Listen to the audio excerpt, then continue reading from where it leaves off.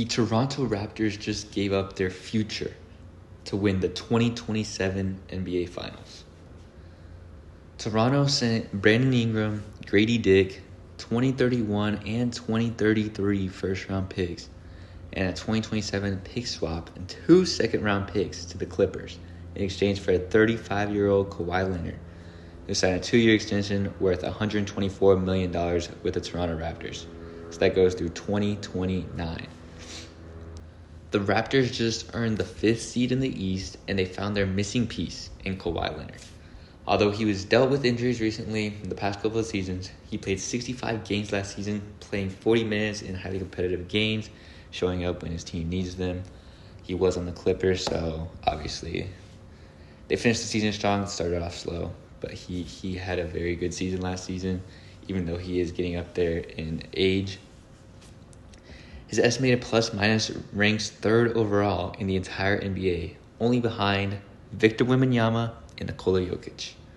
When the Claw is on the floor, he's the most talented player ever, and you can argue with that all you want.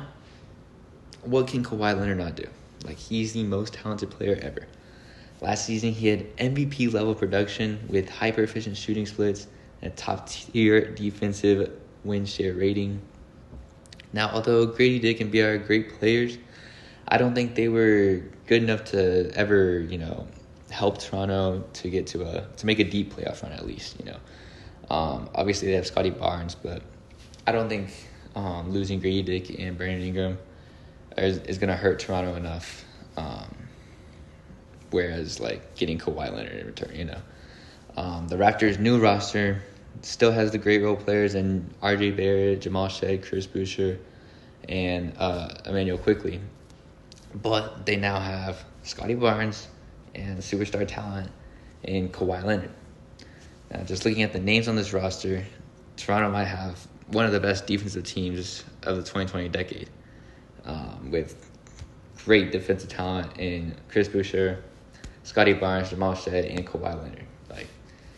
This team might not allow 100 points per game. Obviously, they more than likely will, but like I said, just on paper, this looks like one of the most talented defensive teams we've seen in a while, at least, probably since the Tim Duncan Spurs. With the addition of Kawhi, Scotty Barnes doesn't have to be the number one option anymore, with especially against the double teams. Kawhi's gravity draws the primary defender. Frees up Scotty to dominate as a secondary scorer and elite defensive helper. Really just takes a lot of pressure off Scotty Barnes.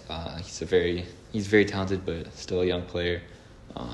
Getting a guy with Kawhi's experience to be the primary scorer definitely helps out basically everybody on the team. Toronto does have history with Kawhi, even though it was only one season. But they do have his history with Kawhi, so they will manage him pretty much to perfection. So when that 2027 playoffs come around, he will be ready for another finals run if he does get load managed properly throughout the 2026-2027 season, which he should, just because of the athletic trainers there. Now, this might be somewhat of a hot take. I feel like it's pretty even. I think this team is just as talented, if not more talented, than the 2019 team that ended up winning the finals. I wouldn't be surprised to see an experienced Kawhi lead this team to a championship. Obviously, he was experienced in 2019, but he's a little older now. Obviously, he's 35. But I wouldn't be surprised to see him lead this team to a championship, or at least to make a deep playoff run. But I think if they make the Eastern Conference Finals, I don't think there's a way they don't win. I know the West is stacked, but I don't think there's a way they don't win the finals. The Raptors, they won't make this trade if they aren't confident they can't win in the next 2 years. Because, like I said, Kawhi's getting old. They just signed him to a 2-year deal, so they'll have him until 2029. Or a 2-year extension, sorry.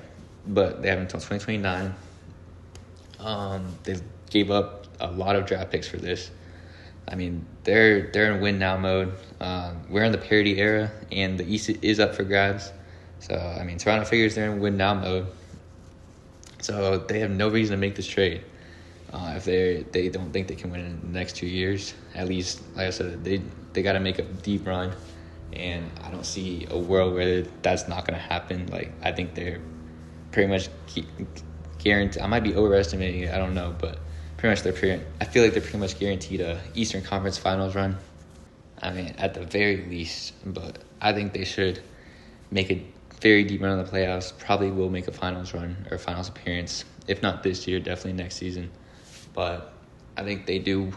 I think they will be 2027 champions as of now. Obviously, it's way too early to tell, but they have a very good roster now, and they had a good roster last season. Brandon Ingram didn't really show up when it came to playoffs, and they lost Grady Dick, Brandon Ingram, and they improved that with better talent in Kawhi Leonard. Now, the draft picks probably they won't mean much. And I don't think they'll mean much. Obviously, they're way in the future.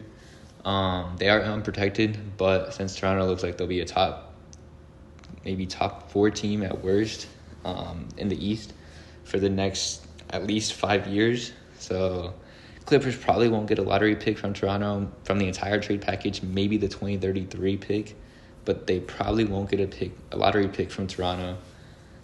So it's ultimately the trade is just Kawhi Leonard for Brandon Ingram and Grady Dick.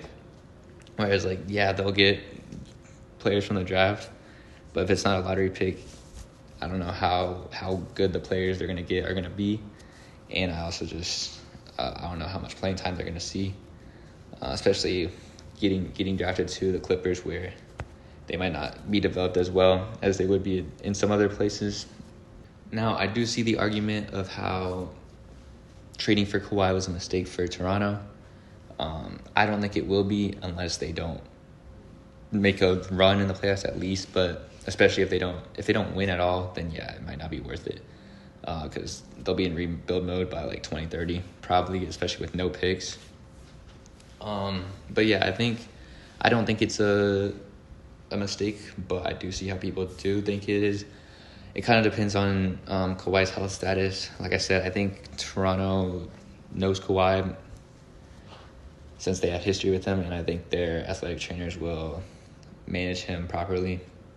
But I do see the injury history. He suffered season-altering and series-ending injuries in 3 different playoff runs in LA. He won more playoff series in Toronto in his 1 year there than he did his entire career in LA. His knees just are they're not good. His knees are kind of butter. But he played a lot last season. That's what's giving me hope for this season and the next 2 years in Toronto. Now, another argument is that in 2018, Toronto got 27-year-old Kawhi Leonard for DeMar DeRozan, Jakob Poeltl, and a late first-round pick. Whereas now they're getting 35-year-old Kawhi, while giving up Brandon Ingram, Grady Dick, and 2 unprotected future first-round picks and a 2027 swap, and 2 second-round picks. So they're obviously, I feel like the trade is a little more skewed this year than it was in 2018. So maybe you could say they got fleeced. But I think, like I said, I keep saying this, I sound like a broken record, whatever. They need to win this season, and then none of this matters. None of the draft picks matter. None of losing Brandon Ingram, none of losing Grady Dick matter if they win this season. This season or next season, they get 2 years. I think they can make it happen.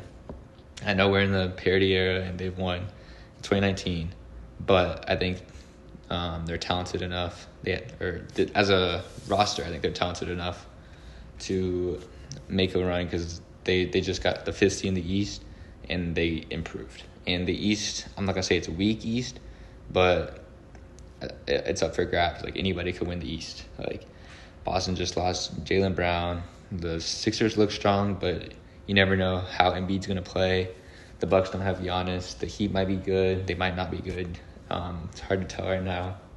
I mean, it's hard to tell for anybody right now because we're early in the offseason.